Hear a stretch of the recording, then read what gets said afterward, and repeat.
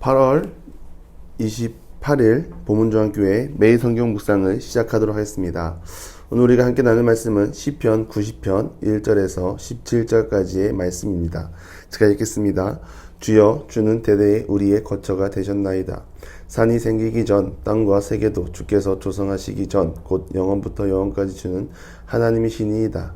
주께서 사람을 티끌로 돌아가게 하시고 말씀하시기를 너희 인생들은 돌아가라 하셨사오니 주의 목전에는 천년이 지나간 어제 같으며 밤의 한순간 같을 뿐이니이다. 주께서 그들을 홍수처럼 쓸어가시나이다. 그들은 잠깐 자는 것 같으며 아침에 돋는 풀 같으니이다. 풀은 아침에 꽃이 피어 자라다가 저녁에는 시들어 마르나이다. 우리는 주의 노에 소멸되며 주의 분내심에 놀라나이다.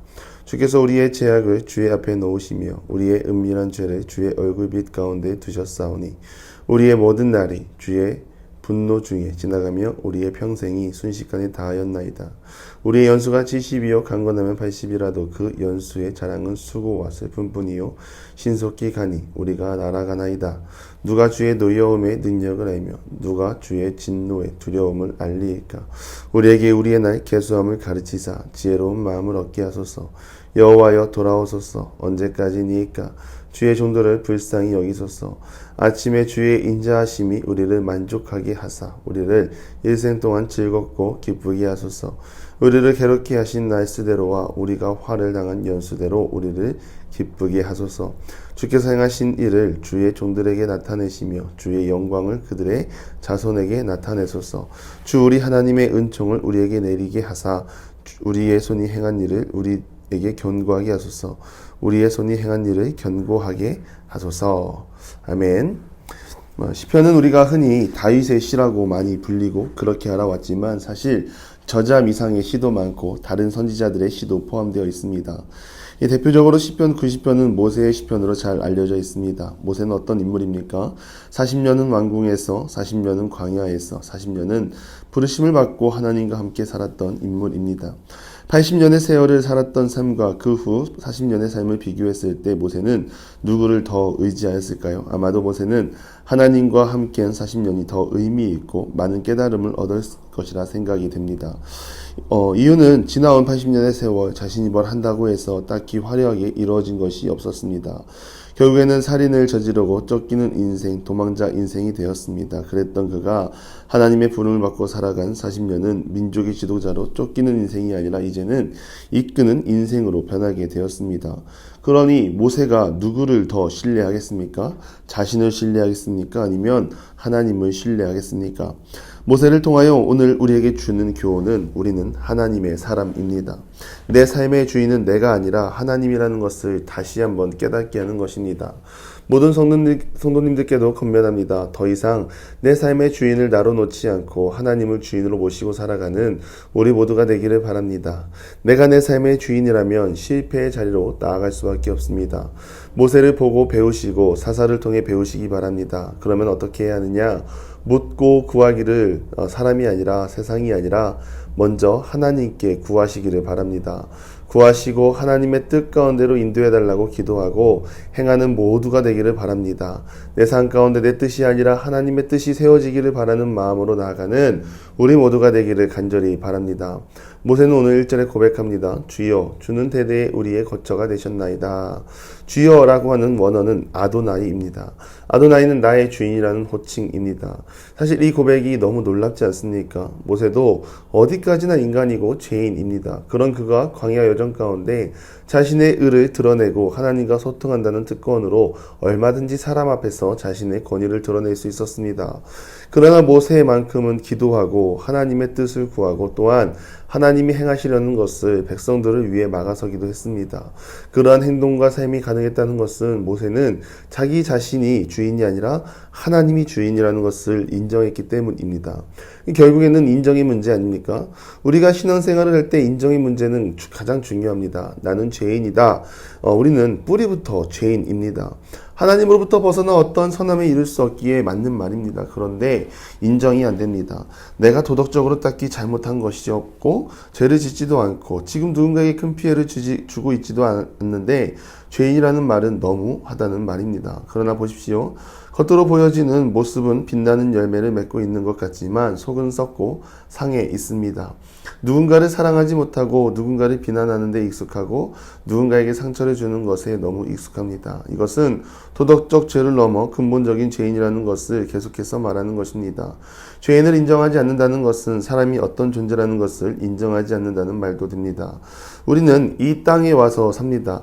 땅에 와서 사는 것이 화려하고 이름을 내야 하고 값지고 아름다운 삶을 살아야 성공한 삶이라고 말하는 사람들이 있습니다. 그런데 모세의 고백은 무엇입니까? 사람을 티끌로 돌아가게 하신다는 말입니다. 인생을 말하기를 한순간이라고 말합니다. 또한 홍수처럼 쓸려가는 인생, 아침에 돋는 풀 같은 인생, 아침에 꽃이 피워 아름다움을 내는 것 같지만 저녁이 되면 시들시들 마르는 것에 비유하고 있습니다. 또한 인간은 하나님의 진노를 보고 있노라면 눈 뜨고 그것을 견딜 힘이 없는 상태입니다. 이러한 모습이 사람의 인생입니다. 그런데 이 땅을 사는 악한 사람들은 그러한 일은 우리에게 일어나지 않는다고, 지금의 삶이 중요하고 미래는 중요하지 않다고 말하는 사람들이 대부분입니다. 7년 전에 유행했던 율로라고 있습니다. 한 번뿐인 너의 인생 마음껏 보내고 가지고 있는 모든 것을 탕진해라. 나름 괜찮은 유혹이었나 봅니다. 그래서 사람들은 한 번뿐인 인생 후회 없이 보내기 위해 유흥과 쾌락에 빠져 은행 대출도 받고 방탕한 삶을 산 결과 율로를 추구했던 사람들이 골로 갔다는 뉴스 기사를 봤습니다. 가장 먼저 인생은 한 번뿐인 인생 다 탕진하는 것이 아니라 내가 지금 할 수 있는 선택 앞에 하나님을 향해 나아가는 것입니다. 하나님의 뜻을 구하고 마음을 구하고 그 가운데 하나님의 영광을 바라보며 나아가는 것입니다. 인간이 아무리 노력한들 하나님 앞에서는 아무것도 아닌 존재라는 것을 모세는 말하고 있습니다. 8절 말씀은 은밀한 중에 우리가 지은 죄를 하나님이 밝히 비춰주시고 수치를 드러낸다는 것입니다. 그러니 인간이 아무리 이 땅에서 위대하다 한들 하나님을 뛰어넘을 수 있습니까? 인간은 그냥 피조물일 뿐입니다. 동물주에 의해 만들어진 던지면 깨질 수밖에 없는 질그릇입니다. 그것을 인정하자는 것입니다. 나는 다르다, 나는 틀리다, 나는 너희들과 다르다는 그런 마음이 아니라 지금까지 살아온 인생을 되돌아보고 내가 택한 것이 하나님의 이끌림을 받았을 때 주셨던 은혜들이 쌓이고 쌓여서 하나님을 신뢰하고 나아가는 우리 모두가 되기를 간절히 바랍니다. 그래서 모세는 간구합니다. 12절인데요. 우리에게 우리의 날 계수함을 가르치사 지혜로운 마음을 얻게 하소서. 지혜로운 마음을 얻게 하소서. 사람이 도저히 알 수 없는 하나님의 지혜를 허락해달라고 말하고 있습니다. 사람의 힘으로는 알 수 없으니 하나님을 알 수 있도록, 하나님의 뜻을 알 수 있도록 지혜를 달라고 간구하는 것입니다. 이러한 간구가 우리 모두의 간구가 되기를 바랍니다. 간절히 세상의 악함을 따르는 것이 아니라 하나님의 선함을 따르고 선한 가운데 거하며 늘 주님과 동행하며 나아가는 우리 모두가 되기를 간절히 바랍니다. 그래서 다시 한번 인정하기를 바라는데요. 나 혼자 어느 정도 하다가 막히면 예수님을 잡고 해결할 수 있는 존재가 아니라 나는 예수님 없이 아무것도 할 수 없습니다. 고백하며 나아가는 우리 모두가 되기를 바랍니다. 유일한 생명의 길인 줄 믿습니다. 생명길에서 모두가 다 하나님과 함께 동행하며 나아가는 우리 모두가 되기를 바랍니다. 이 17절 말씀은 모세의 간구입니다.